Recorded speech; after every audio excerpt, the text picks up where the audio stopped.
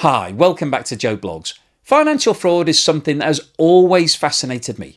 And when you go through the details of these cases after the event, it always seems so obvious. And you look at the facts and you think, how were people so stupid to fall for this? Why didn't anybody spot that this was a scam from day one? And that used to be my perspective. However, if you follow the channel, you'll know that I recently fell victim to a fraud myself. I was scammed out of my channel, and for 5 days crypto hackers got on board and were promoting videos of whatever it was they were trying to rip people off with. And it made me think that obviously scams are only obvious after the event. And I wanted to run some videos to talk about some of the biggest financial frauds in the history of the world. And the first one that I want to talk to you about today is Charles Ponzi, the OG scammer, the original fraudster. He's so famous that a fraud scheme is actually named after him, the Ponzi scheme. So how did he get away with it? How did he dupe so many people into giving him their life savings? And why did he get caught in the end? Well, this is the story of Charles Ponzi. Charles Ponzi was born in Italy in 1882 to a poor family that was rich in name. When he was young, his mother would tell him about the family's long-lost riches and planted a seed in her little boy's head that he would be the one to restore the family name and lift them back up to their rightful place in society. And this idea stuck with Ponzi until the end of his life.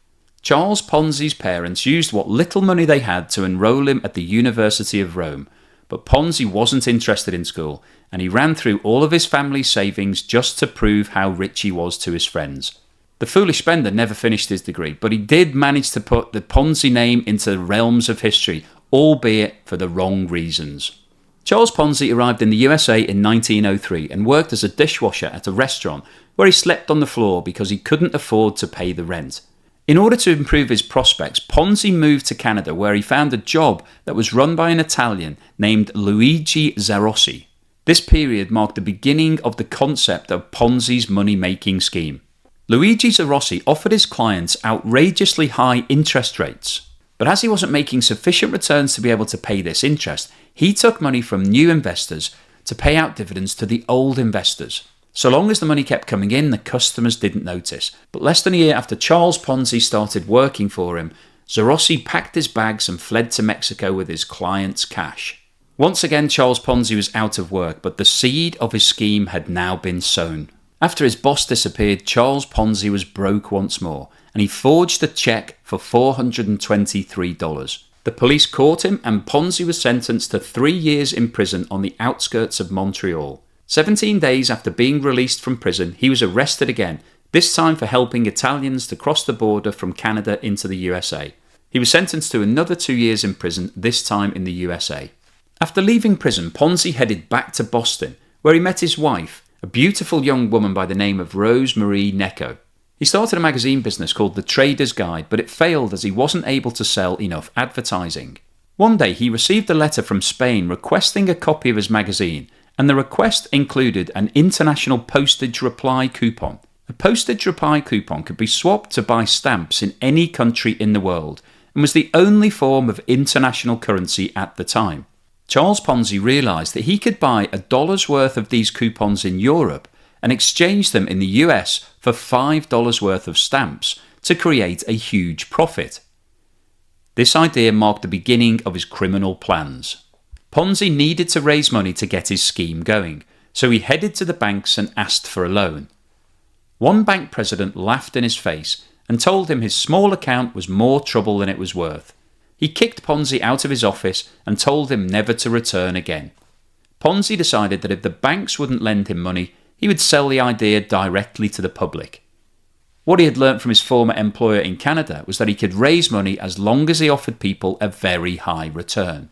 Ponzi set up a company called Security Exchange Company, or SEC, and told investors that he would take in any amount of money and pay them back a whopping 50% interest in 90 days. This proposal went down very well with the general public, and everybody wanted to give Ponzi their money. In the first month of business, the scheme raised $1,700.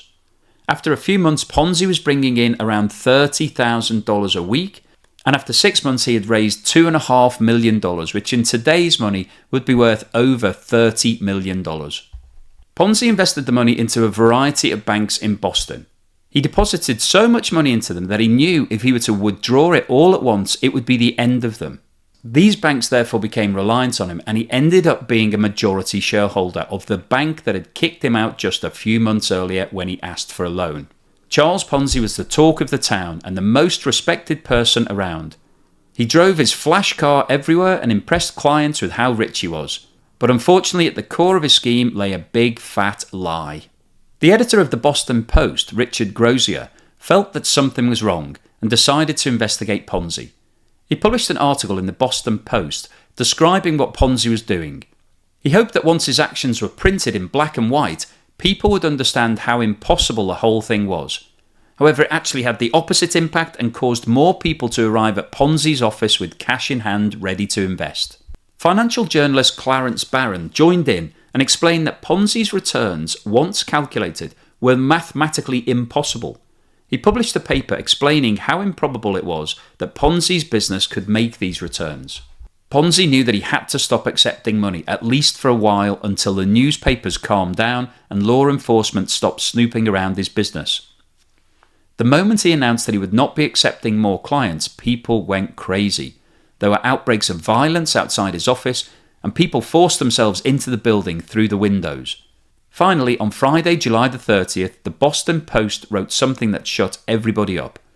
New York postmaster says there are not enough international reply coupons in the world to make the fortune that Ponzi claims. That headline made it clear to everyone Ponzi had tricked them. Charles Ponzi didn't wait for the police to arrest him.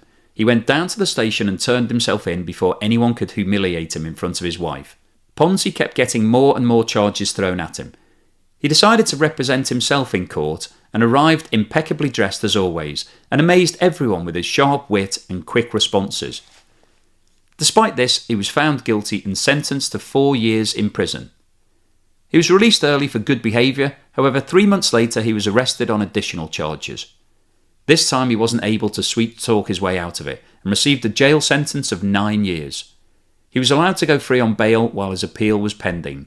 Ponzi saw this as the perfect time to run off. He faked his suicide and boarded an Italian ship under a false name to work as a dishwasher and a waiter. But Ponzi couldn't keep his mouth shut for long and let his secret slip to one of the passengers. News spread on board like wildfire and Ponzi was soon escorted back to prison for good.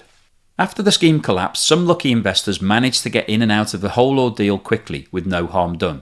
Others got back around 37% of the money they'd invested, but most ended up with nothing. In total, it was estimated that the people of Boston lost $15 million in Ponzi's scheme, which would equate to around $180 million today. Charles Ponzi was released from prison in 1934 and deported back to Italy. His wife Rose stayed in Boston, and despite the great love between them, she divorced him because they couldn't make a long-distance relationship work. Ponzi tried to make some money from his story by writing his memoirs, but no one seemed to care about him that much anymore. He moved to Brazil in 1939 and died a decade later at the age of 66. Before he died, he told a reporter that he had never intended for things to happen as they had, and that he really believed he would be able to pay everybody back.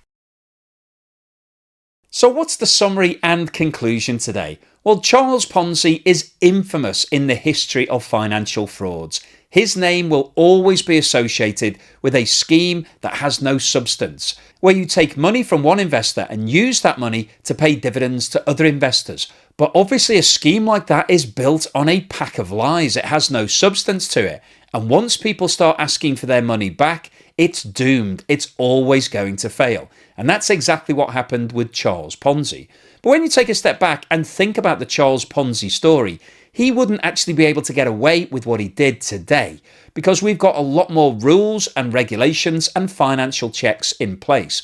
Firstly, he was a convicted criminal. He'd been sent to prison twice before he set up his financial firm and asked people to give him money. Now today, he wouldn't be able to get signed off as a fit and proper person. So it's unlikely that he would be able to set up a scheme. Obviously, he could set up an illegal scheme, but it's doubtful that he would have been able to raise tens of millions of dollars, which is what he did back in 1920. So there are actually some protections in place today that would have stopped Charles Ponzi setting up right now. However, we have seen other successful Ponzi schemes being set up in the last 50 years, such as the Bernie Madoff scheme. And because he wasn't a registered criminal, he was able to get signed off and set up his own Ponzi scheme. And we'll talk about Bernie Madoff in another video. But the bottom line on why Charles Ponzi was a success, why he was able to dupe so many people out of so much money, was because he was offering a scheme that seemed too good to be true.